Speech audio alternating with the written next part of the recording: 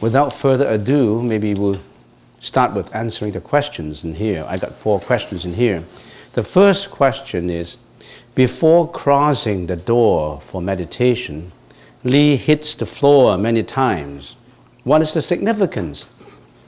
In a meditation hall, there's certain rituals and certain instruments to remind people to do certain things. When we're all out, we stop for a break. People may go for a washroom. Other people may be circumambulating inside the hall. And then Lee will be doing this rapid hitting of the floor. That in the Chinese language, we call it 吹板. That is to say, those who go to washroom and those who to do other things, you got to hurry back. So this da da da da da is to tell you that, well, you go to do, but you have to be mindful of what you're doing. Don't just walk away and go back to your room and do a nap and sleep for another half hour. Don't do that. There is a lot of work to do in here. You have to come back again. Hurry up. That means you have to hurry up. Don't just walk there and spend all your time in doing unnecessary things. So that is a reminder hitting. Remind you to be mindful of what you're doing. Remind you to come back. So that's the significance of it, briefly speaking.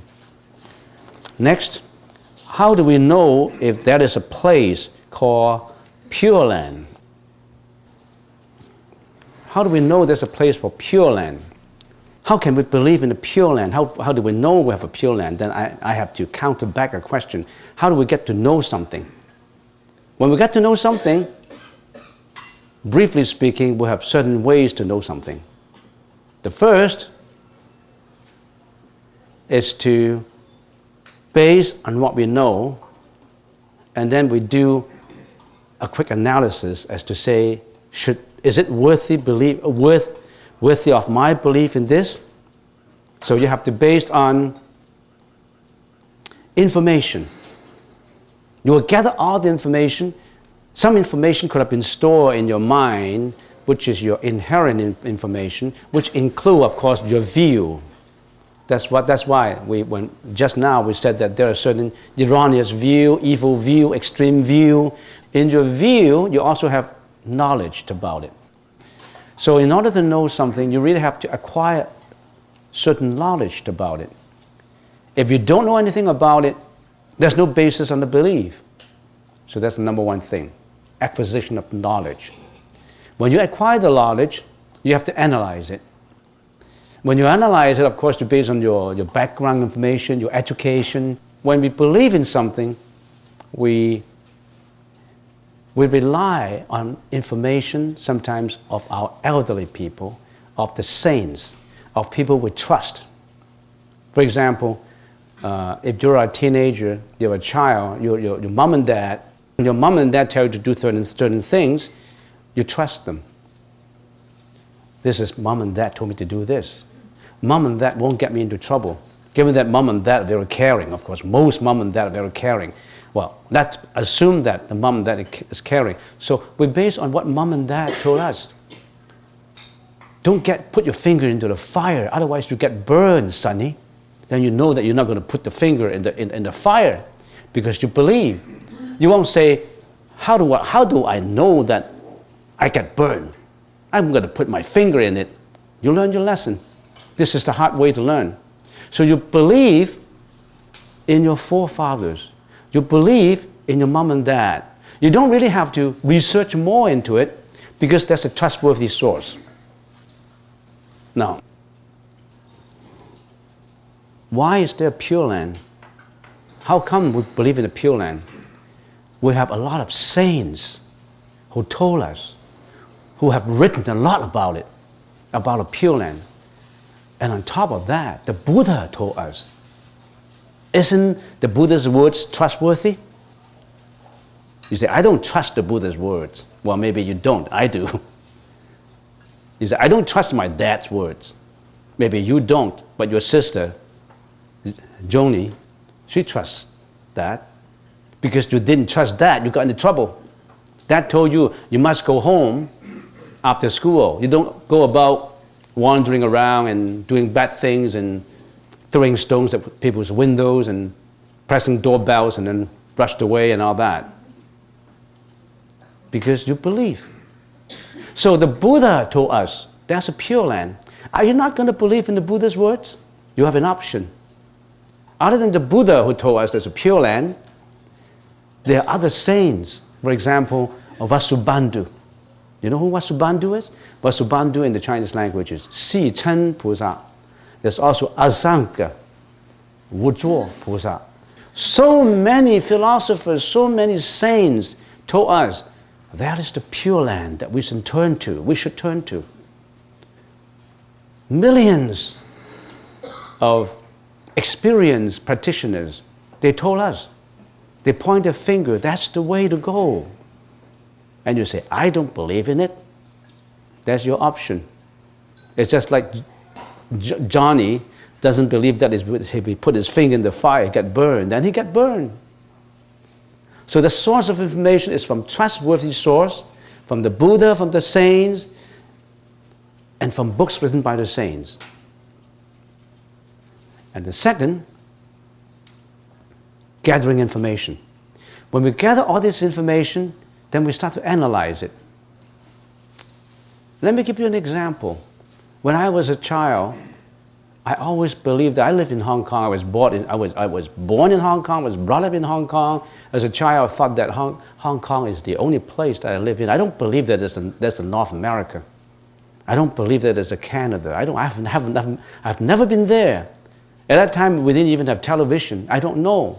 People told me that, oh, there's another land where people with blonde hair, with red hair, with aquiline nose, with you know, they have different features. That's where they come from. I said, is that right?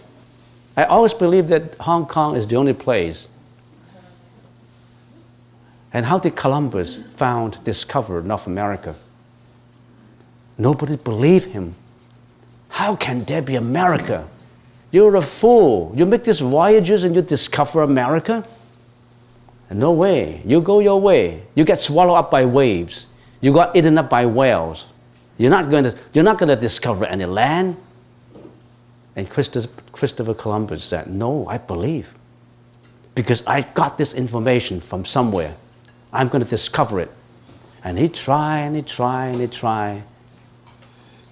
But he still have this doubt in his mind.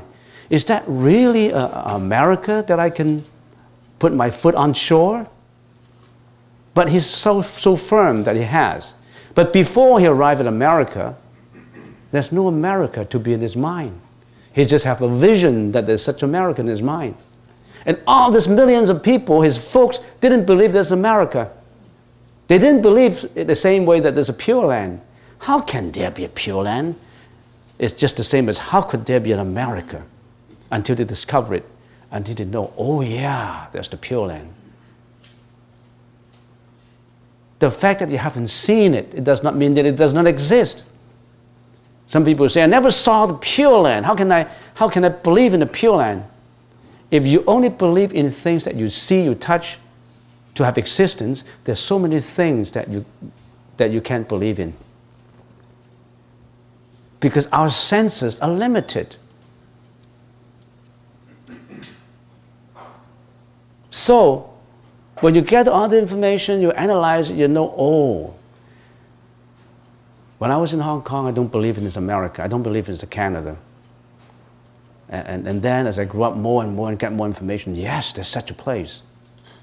It's just now, I don't believe in the Pure Land, but as I get more and more into it, there was a Buddha, and his name is Amitabha. And in his mind, and for eons of life, he has been doing charity. He has been helping, giving compassion and helping sentient beings by building hospitals, orphanages, by building all kinds of charity to save lives, bodily lives. And then one day discover, if I only save bodily lives, I'm only saving the bodily flesh and blood. How about his spiritual life? How about his eternal life? If I save him in this life by giving him a bed in the hospital, he's an old sick man, I only save his life. But when he dies, he reincarnates again. Can I give him an ultimate liberation, ultimate saving, so that I don't have to help again in his next life? I'm going to tell him, don't come back to this world anymore. Go to that Pure Land. That Pure Land where you will meet Amitabha, you will meet Avalokiteshvara, where you will meet all these arahats and saints. They will be your teacher. They will teach you how to get enlightened and to get into nirvana. Then you don't have to come back to this world of suffering anymore. So Amitabha's vow of building that Pure Land has a much more significance than just building a hospital. He built that vast land where people can turn to after this life, that they won't retrogress into suffering anymore. Their alaya consciousness, or in common English language, their soul, after their death, will be received into that land where they don't retrogress into suffering anymore, and they will be learning from Avalokiteshvara, Guanyin Pusa, Dashi Zhi Pusa, Zhu Shang San Ren. They all learn from there until he becomes the Buddha. So that's the land that Amitabha helped to build up. Well, sometimes when I sit back, I think that's logical. If I were Amitabha, now that I know after reading Amitabha Sutra, if I build this Pure Land, it will be more ultimate. It will be more eternity. It will be saving eternal life, not just a bodily life. Bodily life is just one life. Life of eternity is forever. He will be forever saved. I believe in that land because I believe in the wisdom of Amitabha, who would set up something like that, a place like that. So I gather all this information and I believe it. And I know that my senses are limited because my sense of hearing, touch, and all that, they're all limited. There's so many things that even I don't see, they may exist. It's just like the ghosts, another dimension of existence. Some people say, I've never seen any ghosts. I don't believe in ghosts. But there are a lot of people who've seen ghosts, who feel the existence of ghosts. Can you deny the existence of ghosts? Even scientists, if you ask scientists, do you believe in ghosts, another dimension of existence, a true, genuine, objective scientist would tell you, I can't prove to you the existence of ghosts. But on the other hand, I cannot disprove the existence of ghosts. I don't know. You can only say, I don't know. If worse come to the worst that you are so obstinate that you don't believe in, you can believe in the Pure Land, you can only say, I don't know if there's a Pure Land. But I can't say there's no Pure Land because I haven't seen it. The fact that you haven't seen it does not mean that it doesn't exist. The fact that you haven't seen many, many things does not mean that those many, many things do not exist. Do you have a great-great-grandfather? You have a dad, you have a grandfather, and you have a great-great-grandfather. Have you seen your great-great-great-grandfather? Have you seen him in body and flesh? You haven't. Do you believe he existed before? You haven't seen him though. Because you can trace by your logical reasoning. Because you know that your generation passed from one branch to another. That is hereditary. That's enough for this question. Did I change your mind? Next question. Samantabhadra is said to have 10 vows, one of which is to transfer merits. What does this mean? In the Chinese language, 普贤十大愿皇，最后的这个十大愿皇就是普界回向。That means the Samantabhadra makes 10 vows. 10 vows. Samantabhadra Bodhisattva, 普贤菩萨有10大愿望。Samantabhadra Bodhisattva make 10 vows, great vows. What are these 10 vows? The first one, let me say it in Chinese first for the translation. The first one is 礼敬诸佛, prostration with utmost 礼, respect. 施礼, remember 施礼, 礼, the utmost respect. 礼, utmost respect. Prostration with the utmost respect. 礼, 敬礼诸佛. The first one is prostration, 敬礼诸佛, 称赞如来, to praise the Buddha and all saints and all bodhisattvas. 广修供养, to make offerings. I only mentioned it very briefly. The fourth is to repent on your behavior, your speech, on your thought. The fifth, 随喜功忏悔业障, 随喜功德. 随喜功德, it's to praise and follow and encourage good deeds. 6 is 请转法轮, always turning the Dharma view, always turning the Dharma view so that the Buddha's teaching can be promoted, so that compassion and mercifulness can be rendered to all individuals, so that all people would raise the wisdom, so that morality, wisdom, and meditations can be spread far and wide, so that all people can be liberated from suffering. This is 请转法轮. 第七, 请佛住世. We always would like to invite Buddhas from all directions to come to this world for emancipation and liberation of sentient beings. 常随佛学, always learn the Buddhist way of living. 第十, the 10th one is 普戒回向, transfer all merits arising from all these previous 9 deeds to all sentient beings for the liberation. In other words, you get rid of your ego.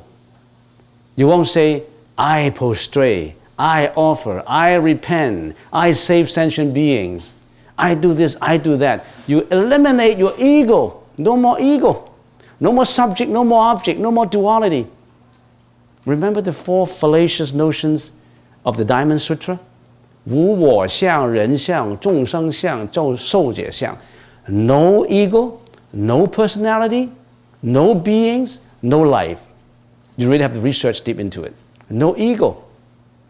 No more ego. How can there be an I who did all these 10 vows and those who received these 10 vows? And also the gift, the object being given. No more duality, no more ego. When there's no more ego, that means all these merits accrued will be all rendered to all sentient beings.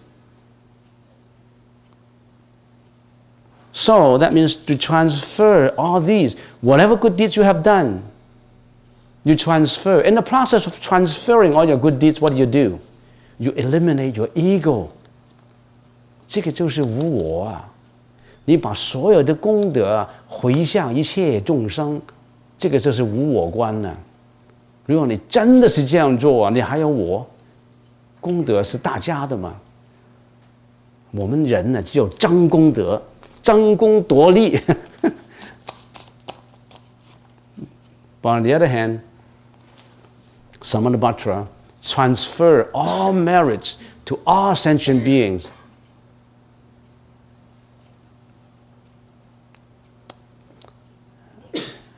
Given the limited of time, I can't carry on.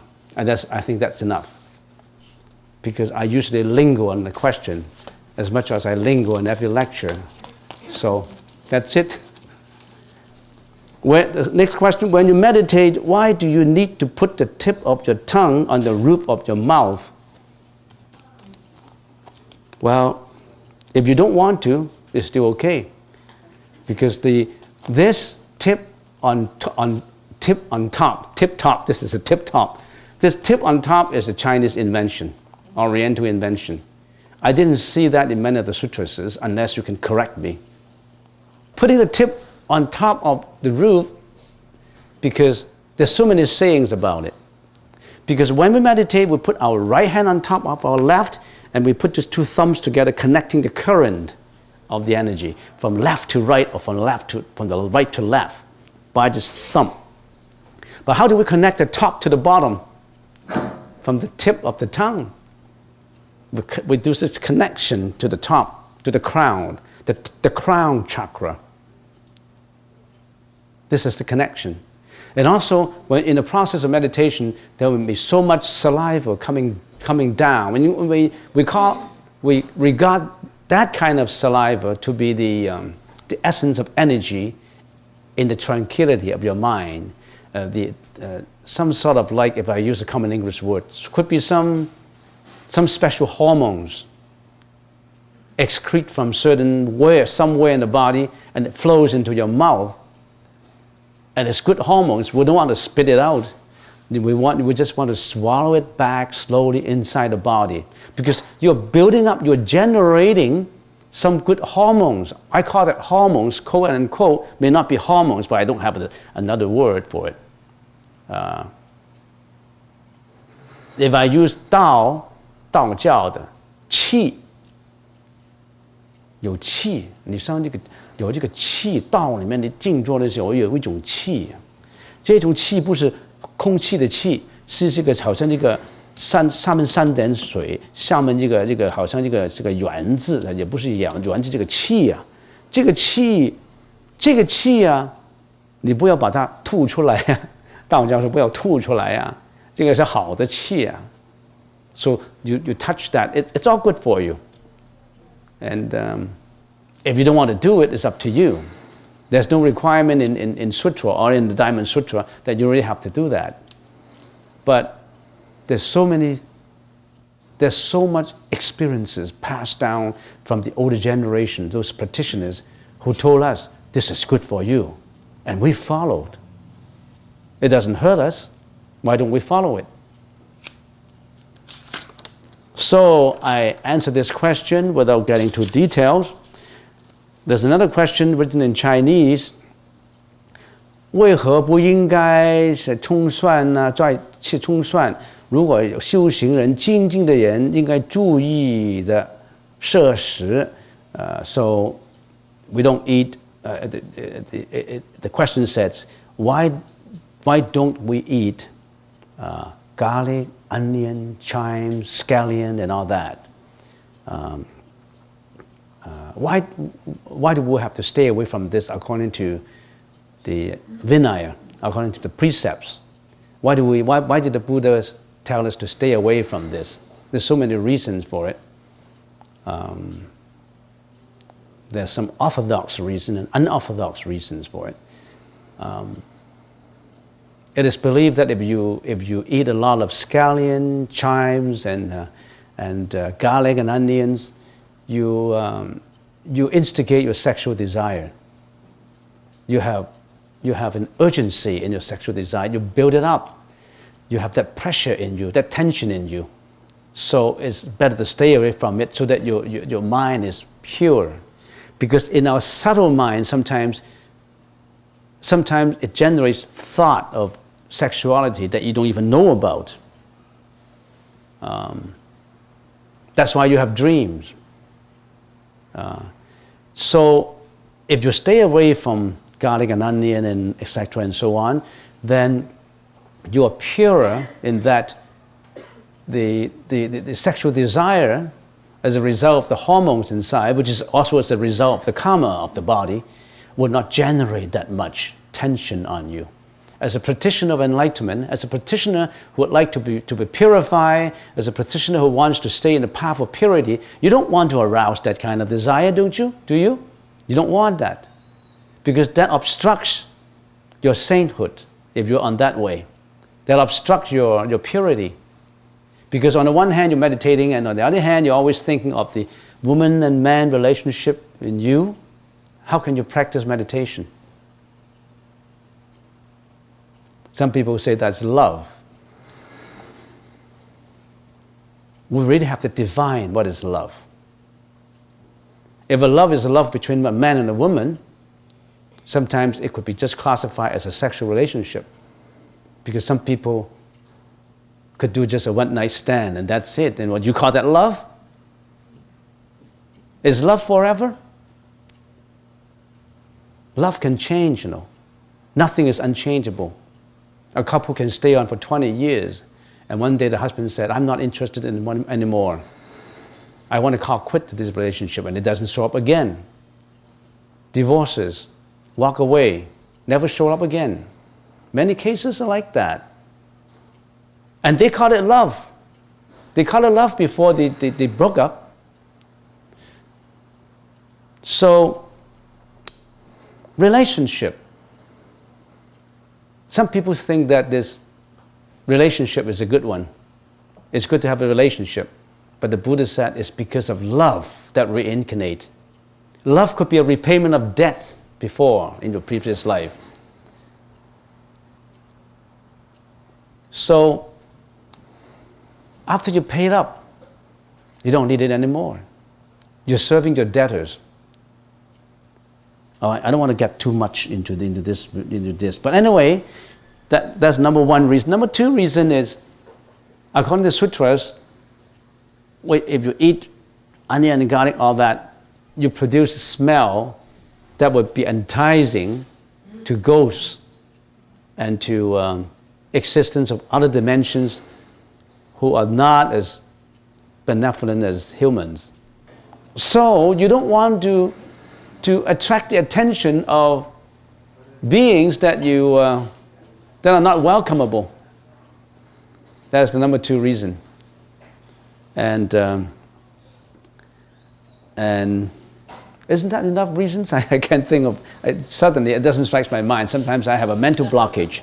Anyway, those are the. So stay away from that. But some doctors say that, especially herbal doctors say that onion is good for health because it kills germs. And in northern China, they treat that as one of the staple food products, which are helpful. They say they are helpful to health. It could be, if you eat certain limited amount, it may be, I don't know. It may be. This is something that is not the utmost important in precepts. It's not like committing sexual misconduct or killing or lying or stealing. It is something that is of secondary importance. So we don't want to put a lot of importance on it. And in some of the esoteric Buddhists, they're eating onion and garlic too. And when you see people, Buddhists, who are eating onion and garlic, don't give them a scornful eyesight. Oh, this guy, he's called himself Buddhist and he's eating onions and garlic and all that. I mean, you already have your egoistic feeling expressed. Nobody's going to listen to you. So, if that's their practice, it's like in Tibet, some of the monks eat meat. In Burma and Thailand, and they beg on arms round from door to door, and if they're given a meat, well, they don't deny it. But they don't cook meat. And some Mahayana, they call them Mahayana monks and nuns, when they see other people, when they see the Hinayana eating some of the meat mixed in their food, they look at them with scornful eyes, and I don't agree with them. Well, what's wrong? I mean, when the Buddha lived, 2,600 years ago, when they're on arms round, they all eat on whatever is given. Sleep until shelter is given. Fast until food is given. That's aesthetic practices. Precept is to look within you, not to use it on others. I'm following this precept, and you're not obeying it, you're wrong. Precept is to abide yourself, not to use it and impose on others.